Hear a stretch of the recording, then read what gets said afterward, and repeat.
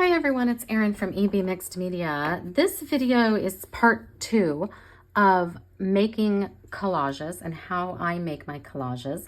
In the first video, I spent quite a bit of time, well, first off, we made this collage in that first video, part 1, and I spent quite a bit of time talking about setting up my workstation for success and having items nearby in order to help expedite making a collage and what types of items I collect for collage and why I think they're effective and why they work for me. So if you haven't seen that one, you might want to watch it. I'll link it below. But for this one, I was just going to move forward in making another collage. And as I noted in the first collage, I always start with the background paper that I'm going to use. And it's just some piece of paper on my desk that I'm drawn to. When I'm shuffling through paper, if I come across something that I'm really drawn to, I pull it aside. So I kind of have a little stack of, these are papers I think would be really good for the start of a collage. I don't start with the focal point. As I noted in the last video, I start with a good size piece of paper. Now it doesn't have to be a paper that covers the entire card or background. It could just be something like that, which is just a rectangle there. I've been working on these 6x6 cards that I found. They're pre-cut from Michaels. It is simply cardstocked in a craft paper. So I'm going to start with this. I've been doing a lot of metallics lately, and I had a nice gel printing session recently where I did a bunch of metallics. So I'm just going to trim this. And I really like, for some reason, straight edges, which I mentioned in the last video as well. I like a lot of straight edges. That's not to say I don't use torn edges. So, and I'm not going to start gluing until I know exactly what I'm doing. And again, when I'm doing these kinds of collages, I'm thinking about contrasts of color, of pattern. This is very busy, so I'm sort of feeling like I need something a little more neutral. I'm liking that. I wish it were more even.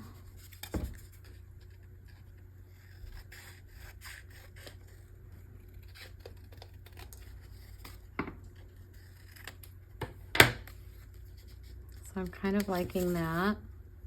I like that it's a solid background, but I also like how this handwriting is talking to this stencil handwriting. I don't think I'm feeling that. That's too busy. What about something like this? This is a nice heavy solid, and it definitely is a contrast between all of these, but it's pulling up this pink. That could be interesting. Let's see, what else do I have here? This is kind of interesting as well, but I almost feel like I need a neutral in here. So I'm going to go to my book pages and take a look at those and see if I can't find more of a neutral. I like this because I like how it's a light creamy kind of color as opposed to, say, this book page. I don't think I like it as well. I sort of like the brightness of this color. So keep in mind when you're collecting book pages have different colors to them, you know, and I think we don't think about that. You might think you have a lot of book pages, but do you have a variety of different colors of book pages and neutrals? That's kind of important to have. This is another kind of interesting piece of paper. This is from, I think this came from Cardin's mom in a paper trade. That's her name in Instagram. I think her name's Amy Plunkett. Yeah, Amy. Anyway, that's kind of a cool piece. And I like the neutral of it. So I'm going to tear some of the edges off of this and hold on to these. They're good for stamping sentiments on. And I'll just do this. With book pages, I especially like to have torn edges. Is that too big? Might be. Let's do that.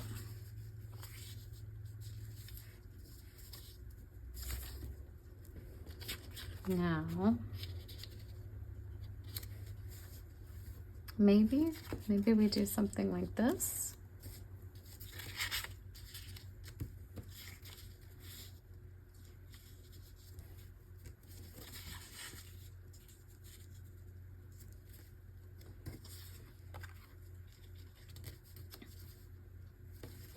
And I'm going to bring that right up to the edge there. I really do like this as well.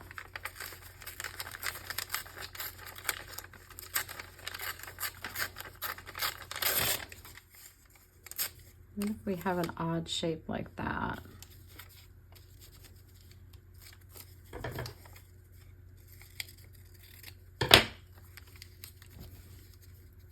Do I like that? I do, I think. Move it over so I get more of that purple showing through. I think I do like that. This is a real pop here, but I do think I like it. This picks up from this, but I think it's too similar.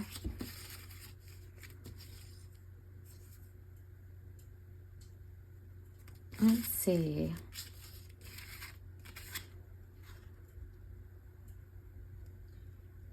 I wonder how would a tea bag look? Oh, I like that.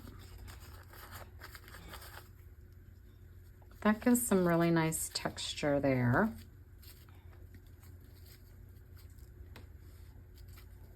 And as I noted in part 1, you'll really want to watch that if you're interested in this, because I talk a lot about how I overlap where the seams are, so to speak. So I call this like a seam. It's where this piece meets this piece. And I want to kind of hide that seam. So I've hidden that, but now I have these intersections. Here where these 3 pieces meet, and here where these 3 pieces meet. And that's kind of where you want to place your next set of pieces. I don't want that to line up. I want it to be here. I want this to fall below this piece, not on it, because I think you can see it better. I want that over so I have at least 2 rows that I can see through. And then this one I want to put, again, at the intersection of all of these pieces right here. Maybe a little bit lower so we can see more of this. Okay, so I can still see my book page. Everything's just layering. And this is looking pretty good as is. I've got some other elements here. This could be interesting because a nice circle in the middle of it is sort of, you've got all these squares and rectangles to have that circle there. I don't know about the purple. I do kind of like that, but I almost think it's too matchy-matchy.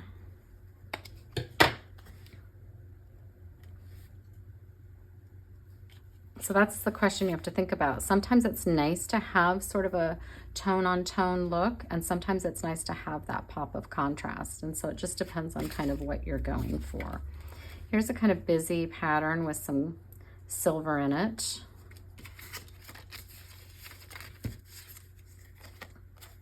That I don't think matches. Let's see. What about some gold? I like the gold. I think it's too white and too light. This is some gold tissue paper, and tissue paper is another nice contrast. I like the big chunks of gold, but I'm not sure. I wonder, I don't think this is gonna work. I think the paper is too small.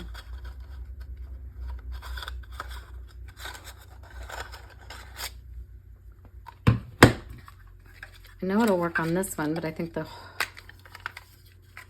don't think the circle is going to be big enough. Let's see.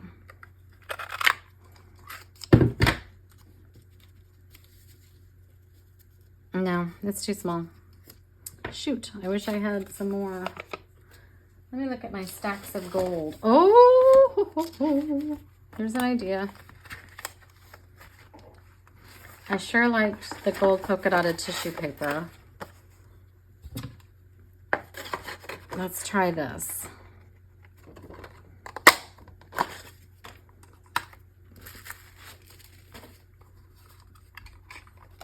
but I wasn't liking the texture of the tissue paper with this piano music. But I like that. Now, the question I have though, I don't like the circles against the circles. However, I have more paper. This paper came from this Photomats book that I've had forever. So I don't like the circles with the circles, but look, there's florals, there's solids. I guess is that it? Oh, that's cute. Let's do that.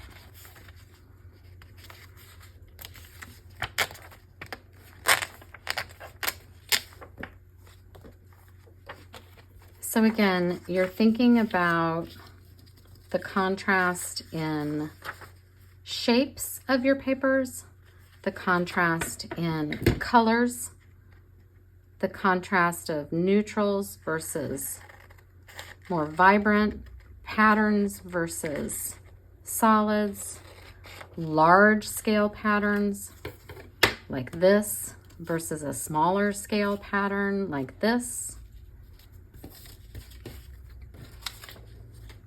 And textures. This is kind of it's not tissue paper, but it's a very light paper, almost a deli paper type. I like that. And that gold there picks up the gold here and the gold here. I really like that. So let's go with that for now. And then let's start thinking about a focal point. I always do my focal points last. Let's see what I have. I found a floral that I think is going to look really nice here. This is from my Fabulous Florals collection. This is the Rustic Daisy, and I painted it using some watered down metallic paints. And then I went over the black with a gold pen to give it some bling. Like that a lot. So now we're ready to just glue everything down. So let's do that.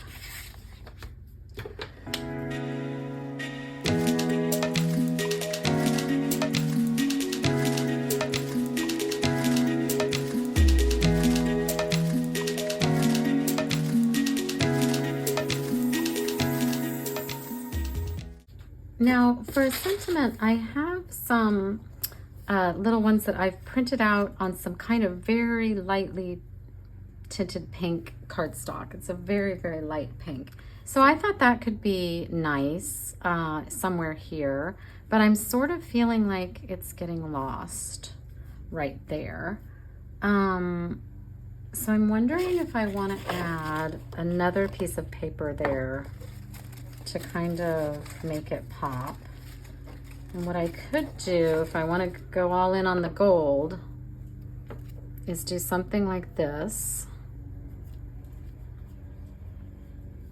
Perhaps, maybe coming from there. No, I don't know. That's not the right color. That's not going to work. That's not going to work. This might work actually.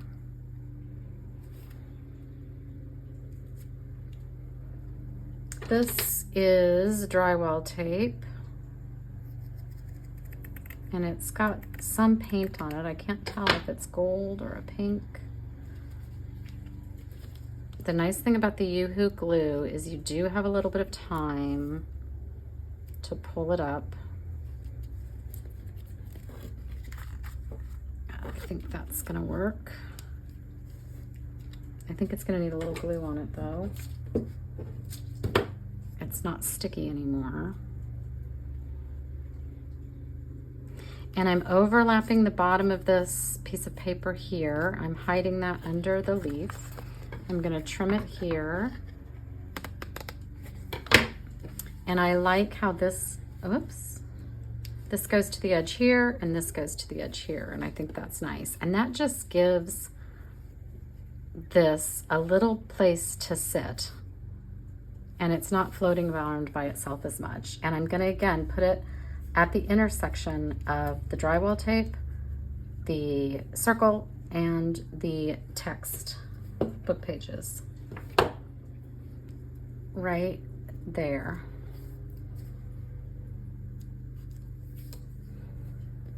And there we go. That's all there is to it. And I don't think that one needs any other embellishment, really. If you wanted to, I like to do this. I do it a lot. I like to just put a few little dots in the corner, perhaps coming down. You don't see them really on this background that much, so you could do white. That might show up a little better. Could try that, I guess. Do I like that? Yeah, maybe I like that. I'm trying to see where my gold is. It doesn't matter, I guess, if I don't hit right on them.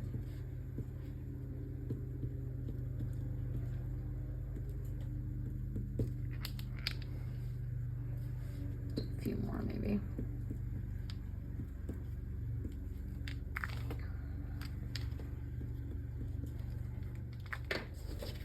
Yeah. There we go. That's got a lot of nice shimmer to it. I like that one.